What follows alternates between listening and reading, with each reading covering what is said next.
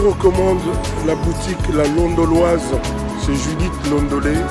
Si vous voulez être classe, chic, être habillé, être admiré. Parole de Mopao Mokonzi.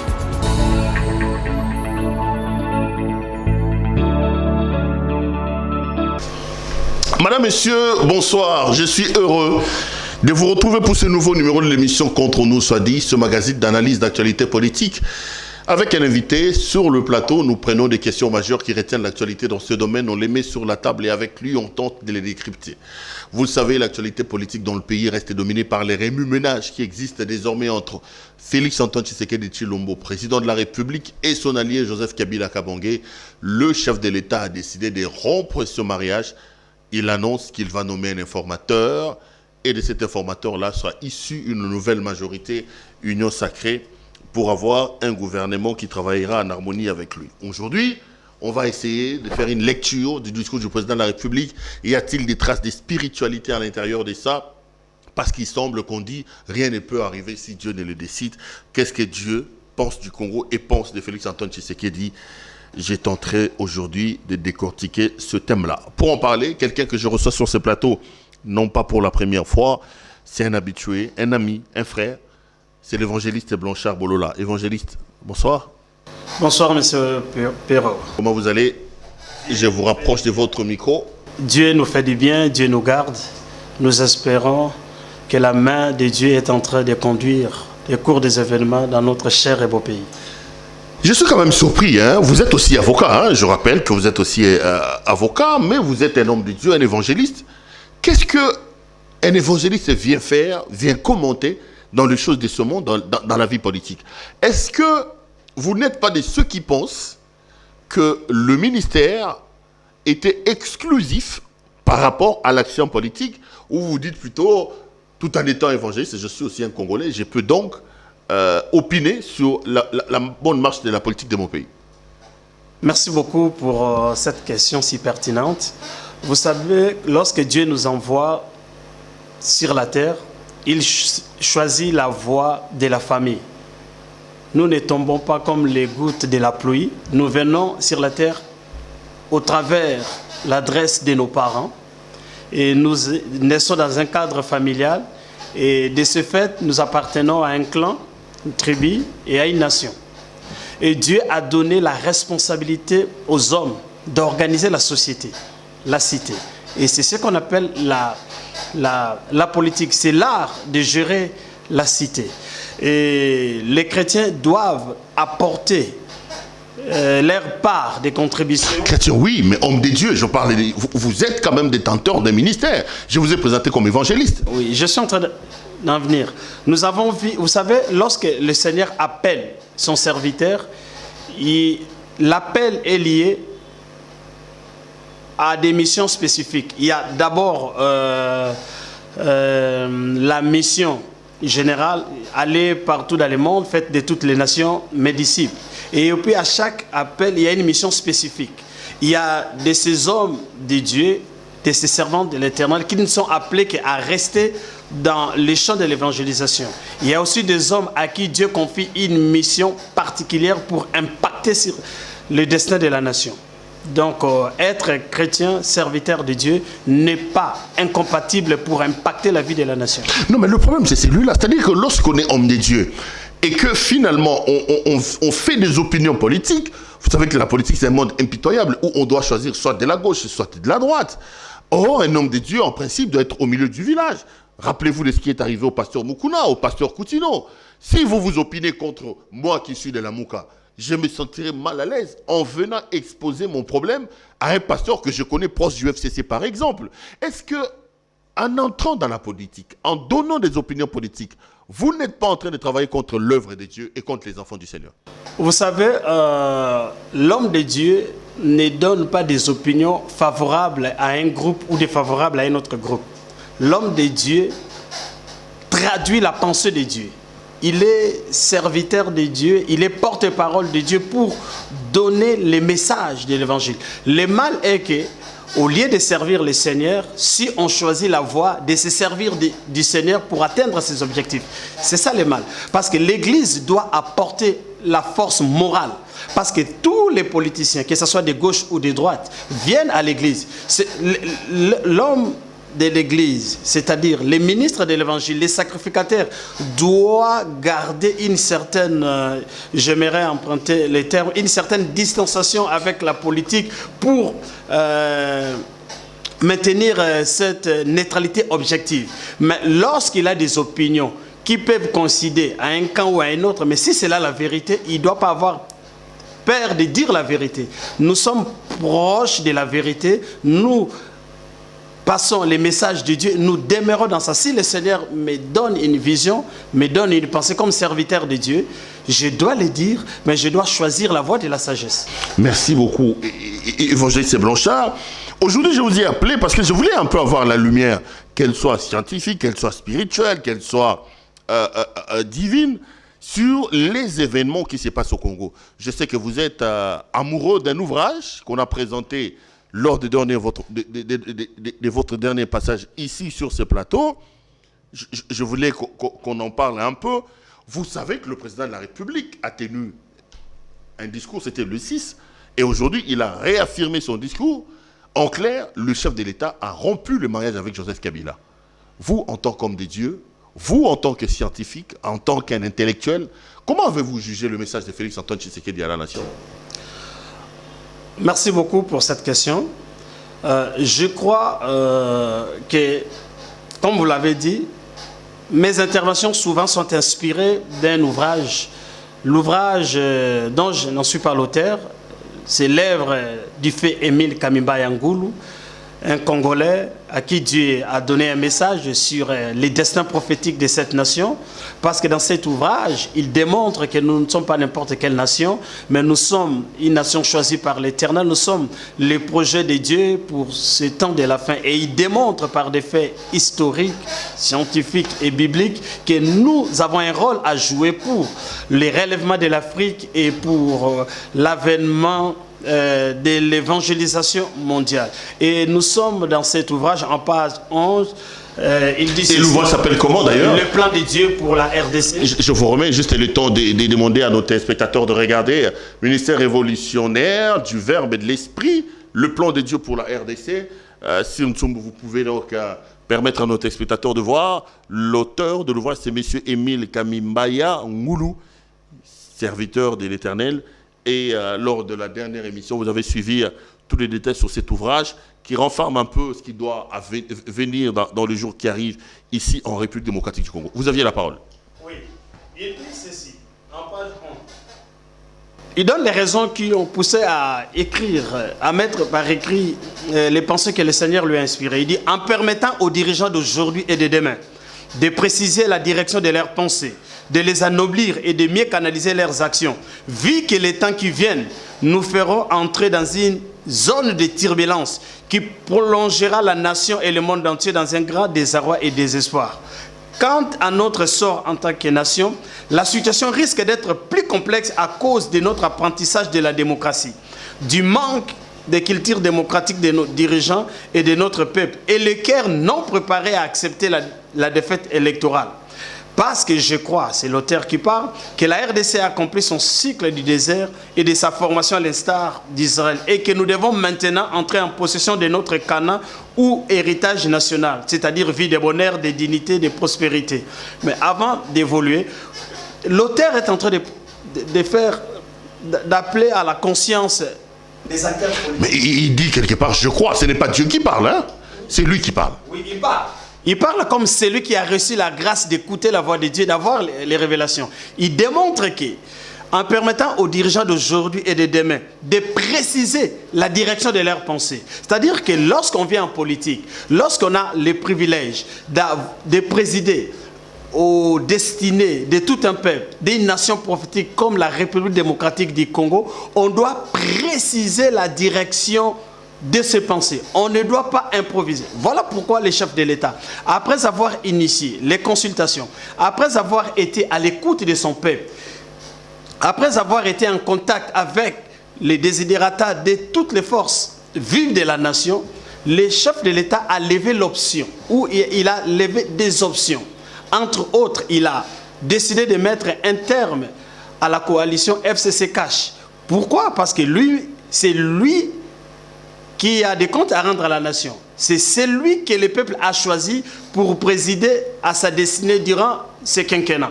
Donc, il a le devoir de répondre aux aspirations de cette population qui lui a fait confiance. Et ce peuple a tant souffert. Le frère Émile Kamimba a dit que ce peuple a tant souffert.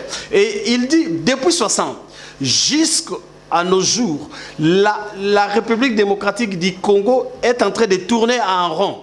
Pourquoi? À cause de l'immaturité de la classe politique, à cause de son goût effréné des richesses, du plaisir de ce monde.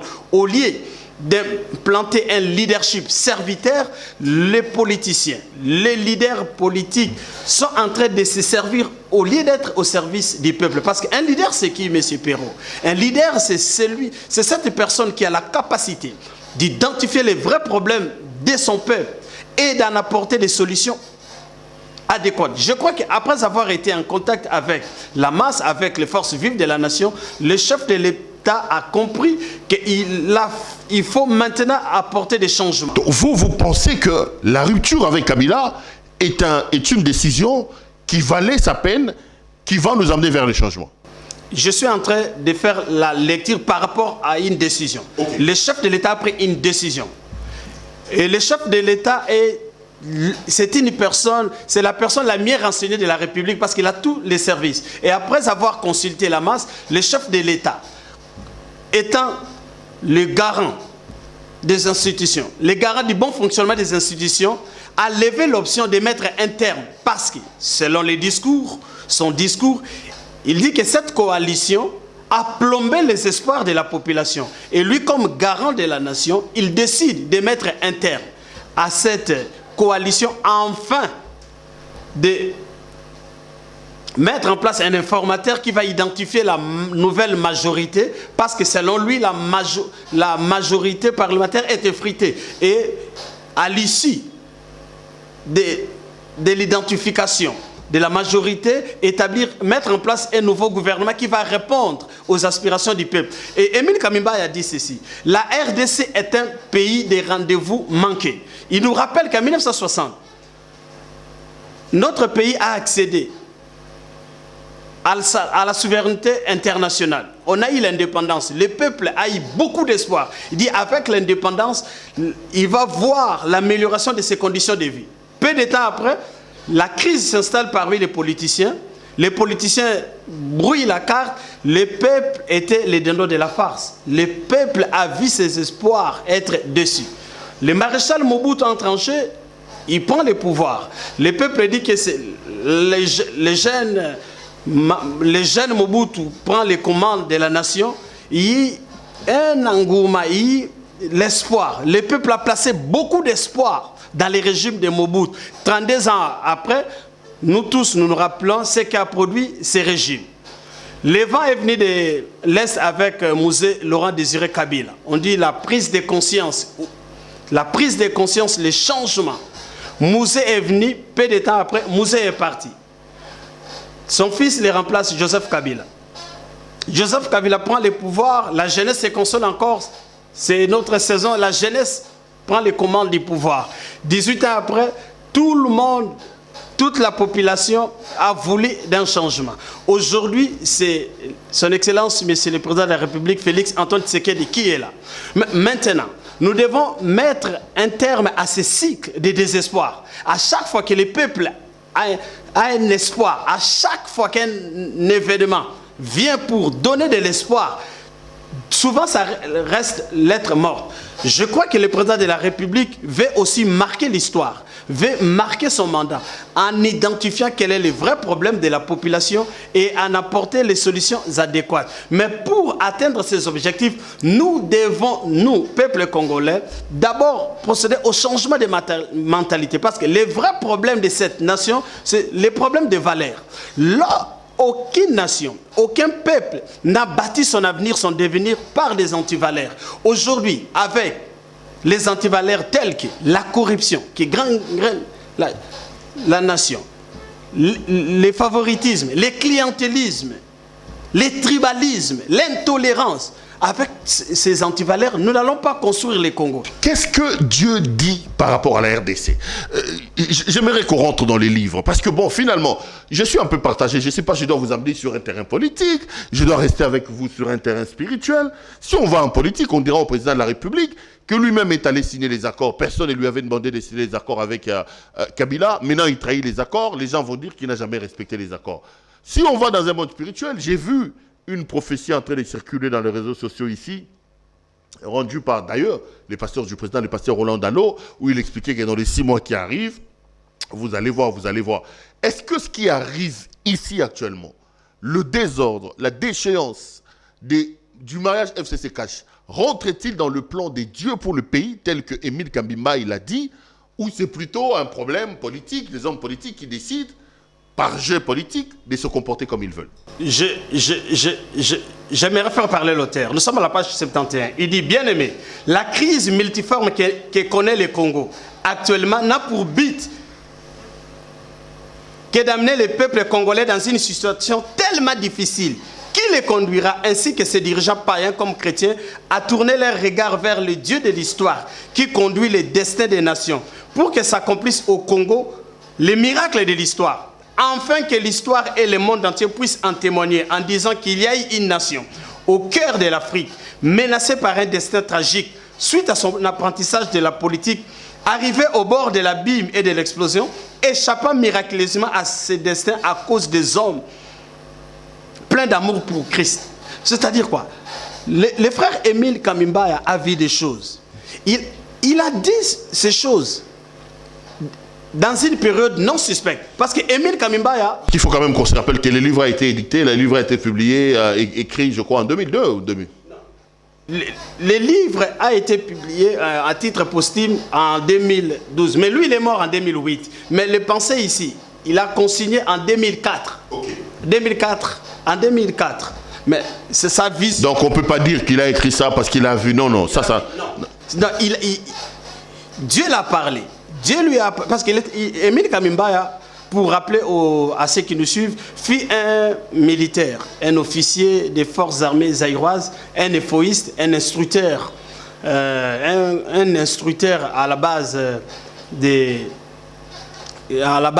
Kitona. Et puis il fut commando breveté A. Il croyait servir son pays au travers, en répondant à l'appel du drapeau, et Dieu l'a appelé. Il reçut l'appel. Et le Seigneur lui dit, Émile Kambimba, je t'ai appelé pour faire de toi un soldat de paix, pas un soldat qui va détruire des vies. Et par la suite, Dieu lui a montré les choses que devaient connaître les Zaïres de l'époque. Et il a consigné ça dans cet ouvrage. Il dit, la situation, la crise multiforme que connaît le Congo, n'a pour but que d'amener le peuple congolais dans une situation tellement difficile qui lui conduira, ainsi que ses dirigeants païens comme chrétiens, à tourner leur regard vers les dieux de l'histoire. C'est-à-dire quoi? C'est-à-dire que la situation dans laquelle on est là, on verra encore pire que ce qu'on est en train de voir. Parce que quelque part, il dit, quand cela s'accomplira-t-il? Il dit, quand cela se fera-t-il? Il dit, quand vous verrez disparaître l'ordre politique actuel, c'est-à-dire quand la transition cessera et que le Congo deviendra comme un navire sans capitaine, étant donné que la nation entrera dans une période de grande turbulence qui fera croire au monde entier la fin de l'existence de notre nation. Il y aura même des gens qui souhaiteront la partition du Congo, même que nous soyons sous tutelle. Nos partenaires étrangers seront même découragés dessus. Le peuple congolais dans l'angoisse, son regard tourné vers l'invisible, humilié encore pour toute la dernière fois. Alors je vous dis, frappez la poitrine. Il est en train de démontrer. Il dit, quand vous verrez disparaître l'ordre politique actuel, il parlait de quoi? C'est quoi cet ordre politique actuel? À l'époque, les Congolais s'étaient décidés d'aller à Sun City pour résoudre leurs problèmes, la crise politique. Et cet ordre politique dont parle l'auteur, c'est l'ordre politique qui est l'émanation de Sun City. Et si vous observez, tous ceux qui sont ici de Sun City, Papa Etienne Tshisekedi n'est pas là, n'est plus là, paix à son âme. Papa Arthur Zaïd Ngomba n'est plus là. Papa Yerodia n'est plus là. Jean-Pierre Bemba est là. Kabila lui-même, l'artisan de ça, est là. Jean-Pierre Bemba est là. Kabila, le sénateur Avi est là, mais je crois que ceux qui sont là n'ont plus les mêmes auras qu'ils avaient.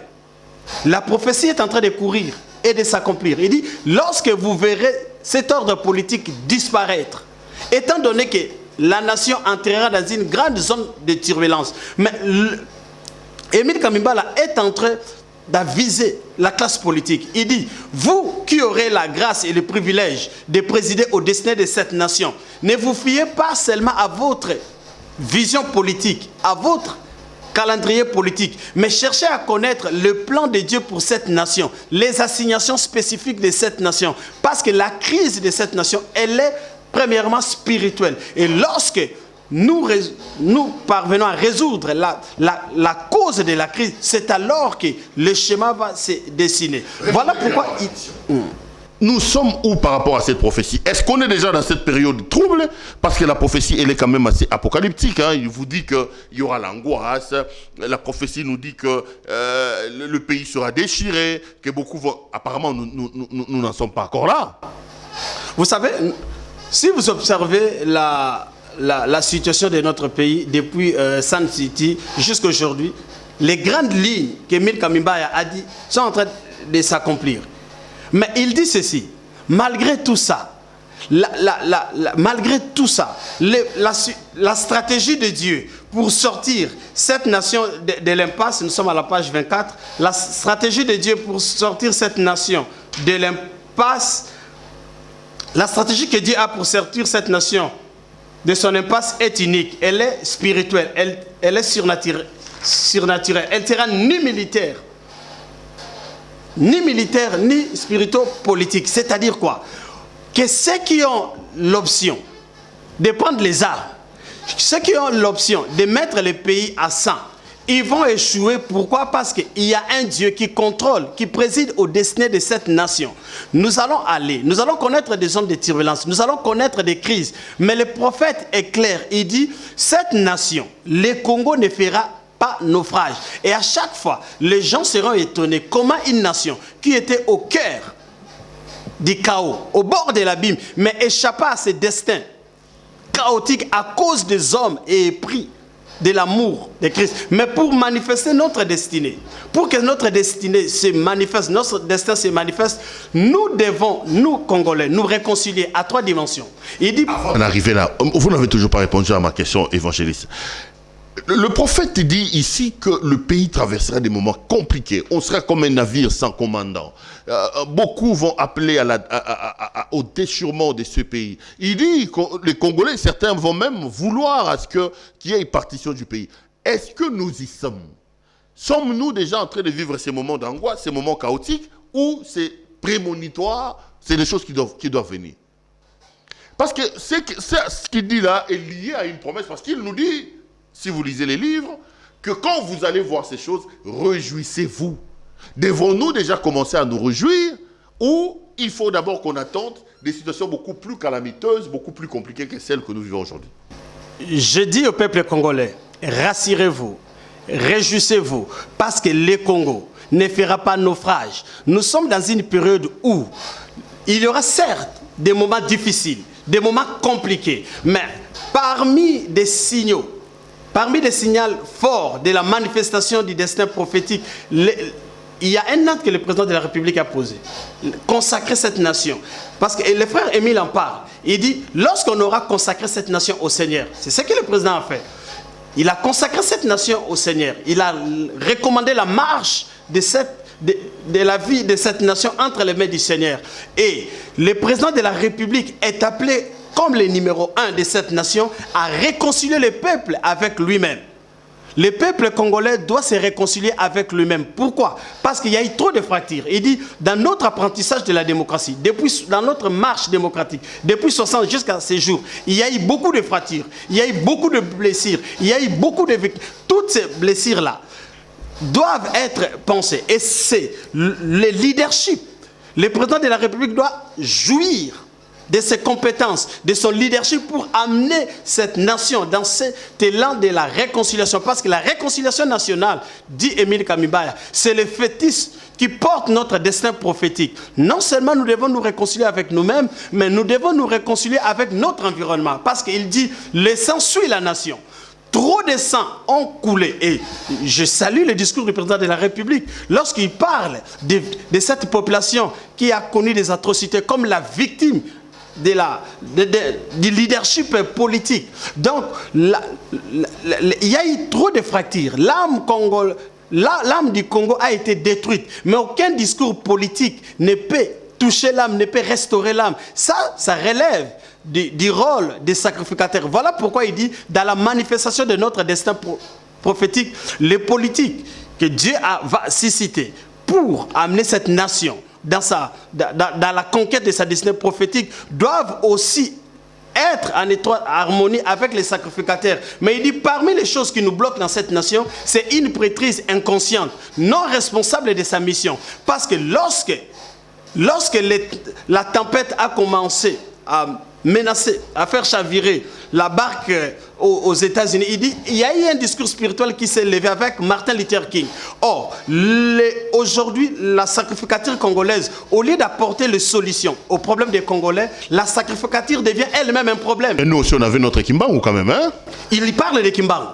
Il parle de Kimbangu. Il dit, méconnaître la vision de Kimbangu, c'est se priver d'une source capitale importante dans la marche de notre destin prophétique. Parce qu'il dit, Kimbangu a prophétisé l'existence de cette nation, la naissance de cette nation. Parce qu'en 1921, Kimbangu s'élève, il dit, de cette terre naîtra une nation puissante. Une nation puissante. Un jour, Motomoïndo a comme Mondele, Motomondele a comme Motomoïndo. Il dit, c'est à cause du message de Kimbangu que des hommes comme Kassavoub se sont levés pour lever la masse. Pourquoi? Parce qu'il y avait un discours spirituel puissant qui a maintenu la masse. Des hommes comme Lumumba ont maintenu la masse. C'est parce qu'ils ont cru à la vision de Kimbangu. Il en parle. Il parle de Kimbangu comme un grand prophète, comme un grand leader qui a marqué. Il dit, Kimbangu, lui il appelle, dit Kimbangu c'est comme notre Abraham. Il a prophétisé. Notre patriarche. Kimbangu c'est un patriarche. Pour nous les Congolais, nous devons en être fiers. Mais il dit dans cette marche prophétique, nous devons nous armer de valeurs spirituelles, de valeurs christiques. Parce que nous devons, nous Congolais, impacter le destin de l'Afrique. Mais pour impacter le destin de l'Afrique, nous devons nous guérir de nos blessures. Il dit beaucoup de sang. Parce qu'il faut quand même qu'on se dise que le prophète Émile Kambimba, il donne aussi quand même une porte de sortie. Hein. Il parle de certaines conditions pour que nous puissions finalement nous en sortir. De quoi s'agit-il? C'est ce que tu es en train d'évoquer là en ce moment. Il dit pour sortir les pays de l'impasse. Parce qu'il a dit ceci. On l'a eu à le répéter dans plusieurs plateaux. Aussi longtemps que tout colloque politique, tout dialogue, toute concertation, appelez ça comme vous voulez, n'aura pas pour fondement essentiel la vraie réconciliation de cœur, le Congo va se retrouver toujours devant l'impasse. Et il démontre depuis 60. Or, la vraie réconciliation doit être la réconciliation de cœur. Parce qu'il dit à Sun City, la réconciliation était superficielle. La réconciliation était politique. Les politiciens avaient un objectif de gagner par les dialogues, c'est que la guerre, les armes ne leur a pas donné. Ils ont voulu maintenant, à cause, pour se recycler politiquement, ils devaient se retrouver parce qu'ils se sont neutralisés. Et il dit, c'était une réconciliation superficielle. Mais maintenant, avec le nouveau leadership, et là où je sens le président Félix Tshisekedi, c'est quelqu'un qui est accroché à la spiritualité. C'est quelqu'un qui est accroché aux valeurs spirituelles. Et il doit conduire le peuple congolais à se réconcilier avec lui-même, avec son environnement, parce qu'il dit le sang suit la nation. Et le sang ne connaît que le langage de la vengeance, à part le sang de Jésus-Christ. Et le sang que tu as versé, comme le déclare les saintes écritures, réclame vengeance. Nous pouvons avoir des programmes, des projets, mais si l'espace n'est pas purifié, nous allons marquer les pas. Voilà pourquoi il dit, nous devons nous réconcilier avec le Seigneur, le Dieu qui préside à notre destin. Je salue le président de la République parce que j'ai suivi le 31. Il y aura une journée d'action de grâce pour la nation. Des initiatives comme ça. Et Émile Kambimba a dit, lorsque ce peuple, avec ses dirigeants politiques, chrétiens comme païens, se remettront entre les mains de Dieu. Malgré que le monde va se moquer de lui. Omoni, Basuki, Bazangi Mayele, Bazongi Pantambe dit, si vous faites ça, je vous dis, vous verrez les résultats. Et si le président de la République maintient cette vision, cet élan de mettre le Seigneur sur le premier plan et qu'au travers cet élan de la réconciliation nationale, il amène la nation à se réconcilier avec Dieu, avec lui-même et avec son environnement, vous verrez les résultats. Et le président de la République a brossé un tableau sombre de la nation. Et pour tout esprit averti, pour toute âme non naïve, comme le dit Émile Kamimbaya, l'avenir du Congo présente des incertitudes. Il dit, c'est parce que ceux qui disent ça, ils regardent le Congo avec un œil scientifique, ils regardent le Congo avec un œil humain, mondain. Mais il dit, la destinée de cette nation est glorieuse. Et je crois que si son Excellence, Monsieur le Président de la République, continue dans cet élan, et il entraîne la nation. Donc, évangéliste, vous dites que dans ce combat pour le redécollage et le redémarrage de ce pays, le président a besoin de l'adhésion et du soutien de son peuple. Effectivement. Effectivement. Parce que Dieu l'a suscité à dessein. Lorsque Dieu suscite un leader, c'est pour que ces derniers identifient les vrais problèmes, les vraies difficultés de sa population et qu'il en apporte des solutions adéquates. Or, Émile Kamimbaya a dit ceci. Par ailleurs, l'exacte perception de la dimension spirituelle de notre crise entraînera la résolution de tous nos problèmes. Ce qui signifie que dans les processus de la guérison, de la restauration de la RDC, négliger l'aspect spirituel est une grave erreur. Partant, je pense que le Congo qui se trouve devant son Jourdain du défi de la réconciliation nationale, de la restauration de l'âme et de la conscience de la nation ne pourra jamais relever ces défis s'il ne suit pas l'arche prophétique des sacrificateurs qui ont reçu la mission, de l'éclairer sur son avenir comme ce fut le cas du temps de Josué. Et durant cette période, nous sommes dans une période où la crise est tellement profonde, la crise tant spirituelle, qui se traduit par une crise politique, économique, qui a détruit les tissus socio-économiques. C'est comme Goliath qui s'élève contre la nation. Et on a besoin du courage d'un homme comme David, qui peut s'élever et relever les défis pour accorder les repos à ses peuples. Nous sommes durant cette période de la génération Josué. La génération Josué, c'est cette génération qui a compris l'essence du combat mené par les pères de notre indépendance. C'était des jeunes, M. Perrault, des jeunes gens comme Lumumba, Kassavoub et leurs compagnons se sont levés et ils ont défié les Belges. Que représentait Lumumba à l'époque, qui représentait Kassavoub.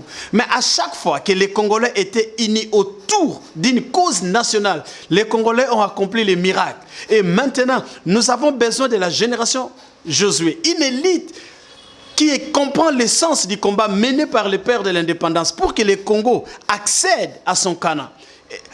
Un Congo de paix, un Congo de l'unité, un Congo développé, un Congo qui joue un rôle pour le relèvement de l'Afrique. Parce que empêcher le Congo de prendre son envol, c'est hypothéquer le destin de l'Afrique. L'Afrique va se relever. Nous avons besoin de la génération Josué. La génération Josué, c'est cette génération qui a compris l'essence du combat mené par les pères de l'indépendance. Parce que ce fut des jeunes gens qui ont bravé la peur, des jeunes gens qui n'ont pas eu peur de la métropole, qui n'ont pas eu peur de la colonisation, qui n'ont pas eu peur des représailles, mais qui, jusqu'au sacrifice suprême, ils ont exposé leur vie pour le bien-être de cette nation. Je crois que si la génération politique actuelle s'identifie à cette génération Josué, parce que Émile Kamimbaya a dit, avant que le Congo accède en son Canaan, il y aura une bataille finale entre la génération traître et la génération Josué. La génération traître, c'est cette génération qui bâtit son bonheur dans les malheurs des Congolais. C'est cette génération qui goûte à toutes les sauces, qui est partout, qui est source du malheur de cette population. Cette génération qui a tout profité, qui a bénéficié du bonheur de cette nation, mais en caporalisant sa population en maltraitant ses frères. Maintenant, la génération Josué, c'est cette génération qui nous donne accès à Canaan, à une vie de bonheur, à une vie de liberté, à une vie de dignité.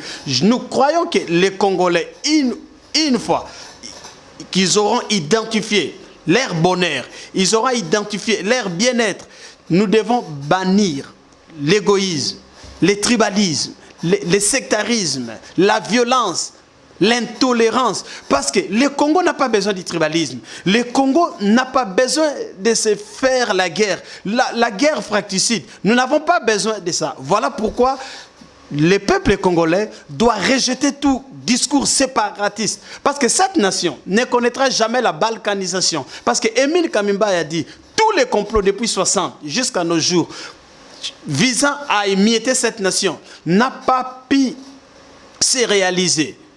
C'est parce que les Congolais nous sommes forts. Non, c'est parce que Dieu nous veut unis. Dieu ne permettra jamais que le Congo perde ne fût-ce 1 millimètre carré. Voilà pourquoi le temps est arrivé où les gens doivent avoir l'humilité de reconnaître leurs erreurs, de reconnaître leurs faiblesses et de nous laisser conduire par Dieu sous un bon leadership. Et nous devons maintenant instaurer un nouveau leadership. Et le Congo passera par la refondation. Et j'aimerais ajouter ceci, M. Perrault. Même la constitution que nous avons aujourd'hui, c'est une constitution des belligérants, des hommes qui se sont fait la guerre hier. Ils ont monté ça pour aller aux élections. Mais les Congolais doivent aussi se mettre autour d'une table dans une nouvelle législature pour mettre en place une constitution qui n'est pas conflictogène, une constitution qui vise le bien-être du Congo, la stabilité du Congo, parce que cette constitution est l'œuvre des belligérants, des hommes en conflit, des hommes en guerre. Merci beaucoup, évangéliste. Ça a été un grand plaisir de vous avoir sur ce plateau et de tourner cette émission dans les conditions que vous savez. Je suis très heureux de les finir, si seulement nos téléspectateurs pouvaient comprendre les difficultés qui sont les nôtres. Merci d'être venu nous voir, évangéliste. Merci beaucoup. Voilà pourquoi nous demandons au peuple congolais de faire confiance à l'Éternel, au Dieu qui préside à son destin, de croire que l'Éternel a écouté ses prières, que chacun se remette en question, que chacun puisse se changer. Parce que si moi je change, je vais influencer M. Perrault. Je n'attendrai pas que M. Perrault change. Et la somme de nos changements impacteront sur la destinée de la nation. Pour quelqu'un qui veut vous avoir, il fait comment? Votre numéro de téléphone, une adresse? Nous sommes connectés au 081 586 51 99. 081 586 51 99. Vous voulez avoir de plus amples détails sur les livres, sur l'homme de Dieu, appelez donc à ce numéro. Madame, Monsieur, cette émission est complètement terminée. J'ai été heureux de vous la présenter. Je serai également heureux de vous retrouver pour un autre numéro prochainement. Je vous prie donc de suivre ces spots publicitaires. Nous sommes partenaires d'un rendez-vous culturel qui se tiendra ce week-end, le samedi 19 décembre, ici à Kinshasa, à la place Chetemba, dans la commune de la Gombe, où nous sommes partenaires du concert de M. Mandachante. Suivez son spot. Et si vous êtes à Kinshasa, faites un tour par là pour aller écouter de la bonne musique et surtout comprendre que l'immortel Simaru Massia Lutumba n'est pas décédé. Bonsoir chez vous. Sakana mama yo pelo kolangai kozali se kobangao liwali ko sera osetu balata zikida balata bavelura. Samedi oyo le 19 to bengisi ba papa ba mama bana Kinshasa nyonso bana Congo nyonso to bengisi bino à partir ya 19h30 na Chetemba. Donc bonne année nyonso ya avance. Noël nyonso ya avance boya na Chetemba le 19 oyo. Boya ensemble toyoka musique oyo ya hier na ya lelo, c'est-à-dire nenge ba oke jazz betaki na baba na oke betaki nenge toujours rendre ngo lelo. Boya boya samedi oyo na Chetemba à partir de 19h30. Boko sepela moyeta. Boko mona ke bozaki na mission monene na mboka lokwa Simaru Massia poète quoi. Azaki na banzembo nini et boko yoka banzembo ya Mandachante et boko yoka bandeko tozana bango ensemble lokwa bomoni tozali belé batata ba mama bobuka na te. Samedi le 19 ekoyinda bana oke avec papa Lutumba Simaro.